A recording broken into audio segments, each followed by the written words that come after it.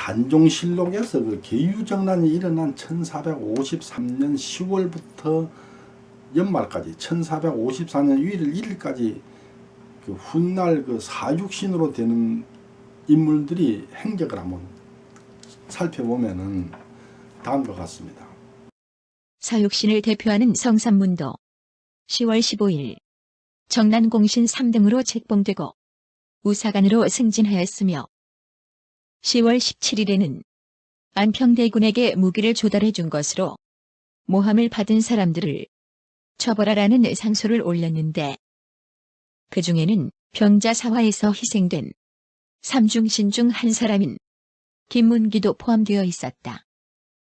10월 18일에는 단종 앞에 나가서 안평대군을 처벌할 것을 주장하는 등 계유정난으로 정권을 장악한 수양대군 편에 섰으며 11월 8일에는 수충청난 공신사관원 좌사관 대부가 되었다.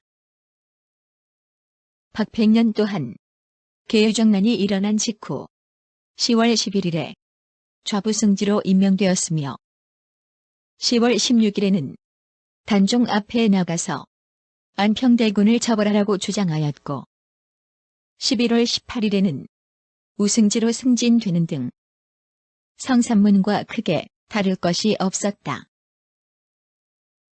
이게 또한 계유정난 직후 10월 15일에 수사원 지비로 임명되었고 안평대군이 사사된 후에도 10월 28일 단종 앞에 나가서 안평대군 일당을 찾아내어 처벌할 것을 주장하였다.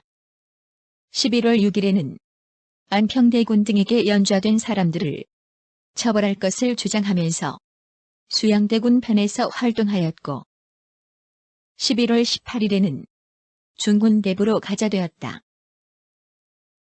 유성원 또한 수사원으로서 사헌부 정령으로 임명되었고 유은부 또한 승진하여 평안도 도절지사가 되었으며 어디에서도 계유정난에 반발하여 벼슬에서 물러났다거나 한 흔적은 찾을 수 없다. 자, 오늘 이야기 나눌 역사적 그날. 네, 정말 조선 초기 아주 대표적인 사건인 피바람이 몰아쳤던 계유정난입니다. 그러니까 수양이 이제 김종서를 철퇴로 치면서 이제 이 사건이 시작이 되는 건데, 교수님, 그 계유정난은 정확하게 어떻게 일어난 건가요? 예, 계유정난은 삼촌 수양이 조카 단종의 왕위를 빼앗기 위해서 고명 대신이었던 김종서를 비롯한 의정부 대신들을 죽이고 하룻밤 만에 전권을 휘두르고 전권을 장악하게 되는 거죠. 그리고 자신이 왕위에 올라가게 되는 발판을 마련하는 것이 계유정난의 사건 단적으로 보면 그렇게 이야기할 수 있겠습니다. 저는 근데 네. 이번 주제를 맞으면서 깜짝 놀란 게 있는데 계유정난이라고 해가지고 이 뜻이 계유년에 벌어진 정치적 변란이다. 이래가지고 그 세조의 쿠데타에 대한 비판적 의미가 담긴 그런 명칭인 줄 알았어요. 근데 알고 봤더니 이 정난의 정자가 네. 편안할 정자더라고요. 아, 그래요? 그래서 어떤 난을 편안케 했다. 뭐 이런 뜻이래요. 이게 어떻게 정난일 수가 있는지 대단히 의아해요. 철저하게 그러니까 이제 수양대군 승리자 쪽에서 이제 그 붙인 용어라고 볼 수 있죠. 그러니까 계유년이 1453년이 계유년에서 계유 그리고 아까 말씀하신 대로 정은 편안히 할 정, 잘 다스릴 정자거든요. 그리고 또 여기서 난자도 좀 조심을 해야 되는데 이게 어려울 난자예요.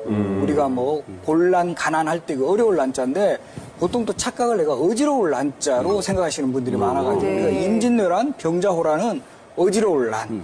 그래서 이제 그 뭐 외적이 일으킨 어지러운 난리 이런 식이 되는데 여기는 어려운 상황을 그러니까 난자로 그러니까 한글로 만약에 제가 이 시험을 치면 계유정란으로 쓰면 이거는 오답이 되는 거죠. 니은을 써야 돼요. 네, 그래서 어려운 상황을 잘 다스렸다. 편안히 했다. 그러니까 철저하게 어떻게 보면 승리자의 관점에서 나온 그런 용어라고 볼 수 있죠. 그러면 그 수양의 입장에서 기록된 그 실록을 기초로 한 용어다. 그 당시에 어쨌든 그 세조 이후에 공식적인 용어로 거의 계유정난으로 이제 굳어지면서 우리 뭐 학계에서도 그렇게 불린 거죠. 그렇습니다. 그렇군요. 네. 뭐 최근 흥행작이죠. 관상이 이 계유정난을 소재로 해서 사실 요즘 젊은 사람들한테도 아주 익숙한 이름이 돼버렸어요. 물론 근데 약간 아이러니한 건 요즘 젊은 관객들이 영화 보면서 수양대군이 세조라는 걸 까맣게 모르고 영화를 본 관객이 대부분이래요. 그렇죠. 예. 또 수양대군이 이정재 씨가 너무 또 이렇게 멋있게 나오니까 멋있게 나와서. 뭔가 역사적인 오해를 불러일으킬 수 있는 예, 충분한 그쵸. 예, 그런 소지가 있어요. 그래서 요즘 사람들이 많이 그 관심을 갖는 거에 비해서 과연 그래서 계유정난이 조선에 어떤 영향을 끼쳤는가 이거에 대해서 모르는 사람이 사실 많아요. 그래서 여쭤보고 싶어요. 어떤 네. 영향을 줬나요, 조선에? 계유정난은 조선 초기에 그 발생한 사건 중에서 후대까지 아마 가장 큰 영향을 미쳤던 사건의 하나라고 생각이 됩니다. 그거는 수양대군의 정권 장악과 더불어 정치 지배 세력의 이합 집산이 아주 극명하게 나타나는 것이 계유정난이거든요. 그러니까 조선 중후기로 넘어가면서 이 사건을 계기로 해서 다양한 일들에 영향을 미치게 되다 보니까 우리 역사에서 큰 생채기를 낸 사건 중에 하나를 얘기한다면 과감하게 조선 초기의 계유정난을 얘기할 수 있겠죠. 그렇죠. 계유정난이 일어나기 이전에 하위지는 그 몸이 아프다는 핑계를 대고 사직을 하고 경상도에 있는 온천으로 내려갔는데 그 이유가 김종서가 미워서 그런다 그러고 내려갔어요. 그 단종실록에 그렇게 적혀 있어요. 단종실록 1년 1453년 7월 24일에 적혀 있기를 지편전 직제학 하위직가 사직하는 글을 올리기를 신이 다리를 저는 병을 얻어 뼈마디가 시고 아프며 걸음 걷기가 어려워서 경상도 영산에 있는 온천에 가서 온천욕을 하고자 하오니 신을 해직하여 주시기를 청합니다. 하니 그대로 따랐다.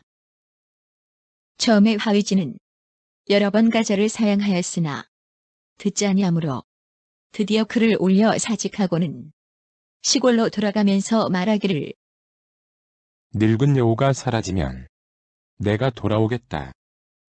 하였는데 늙은 여우란 바로 김종서를 지적하여 말한 것이다.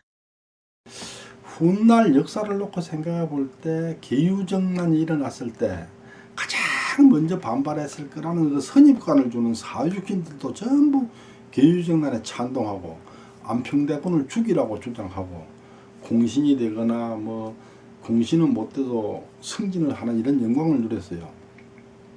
근데 상황이 매우 잘못 돌아가고 있다고 생각한 연촌하고 무황이 일어서서 지편전 학사와 조정 중신들이 잘못 판단하고 있음을 지적하고 깨우치도록 일깨워줬는데 그 구체적 사항에 대해서는 다음에 제가 계속 설명을 드리겠습니다. 앞서 박세채의 글에서 본 바와 같이 연촌의 자치는 숨겨져 있어서 찾기가 쉽지 않습니다.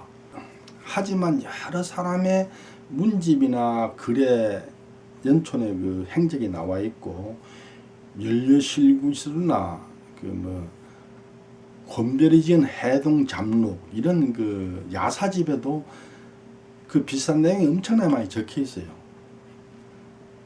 그러니까 우리는 이런 글들을 통해서 연촌이 사육신이나 이런 사람들하고 적어도 똑같이 동일한 스탠스를 취했다. 이거는 확인할 수 있어요. 단 그게 구체적으로 뭔지에 대해서 이게 좀 애매하게 적혀 있는 거가 있는 거죠. 그런데 조선 중기에 아주 저명한 석학들 사이에 여기에 대한 논쟁이 있었는데 그 논쟁을 저는 기미시비다 이렇게 이름을 지어서 부르고 있습니다.